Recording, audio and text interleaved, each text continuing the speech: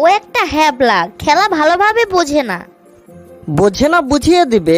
মনে রাখবে, এই খেলা সম্পর্কে প্রথম দিকে কারোরই অভিজ্ঞতা থাকে না, সময়ের সাথে সাথে অভিজ্ঞতা অর্জন হয়ে যায়।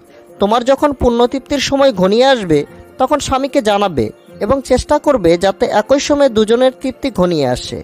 হয়তো তোমার তৃপ্তির আগেই স্বামী আউট হয়ে গেছে, এতে মন খারাপ না করে তাকে খোলামেলাভাবে জানাবে। তাকে বলবে বিভিন্ন উপাচার প্রয়োগ করে যাতে তোমাকেও তৃপ্তি দেয়। কিসে তুমি মজা পাও, কোনটা করলে তোমার ভালো লাগে তা খোলামেলাভাবে জানাবে। তাহলেই দেখবে খেলে দুজনই তৃপ্তি পেয়েছো। তোমার কথাগুলোর অবশ্যই যুক্তি আছে। আরেকটা কথা ভাবি, মানুষের শরীর সবসময় সমান থাকে না, তাই কখনো কম সময় আবার কখনো বেশি সময় খেলতে পারে। এটা নিয়ে মন খারাপের কিছু নেই। মনে রাখবে, সব ছেলেরাই চেষ্টা করে বেশি সময় ধরে খেলার, কেউ ইচ্ছাকৃতভাবে কম খেলে না। তাই 2 মিনিট খেলতে পারলেও সেটা আলহামদুলিল্লাহ বলবে, অযথা স্বামী খেলতে পারে না বলে দোষারোপ করবে না।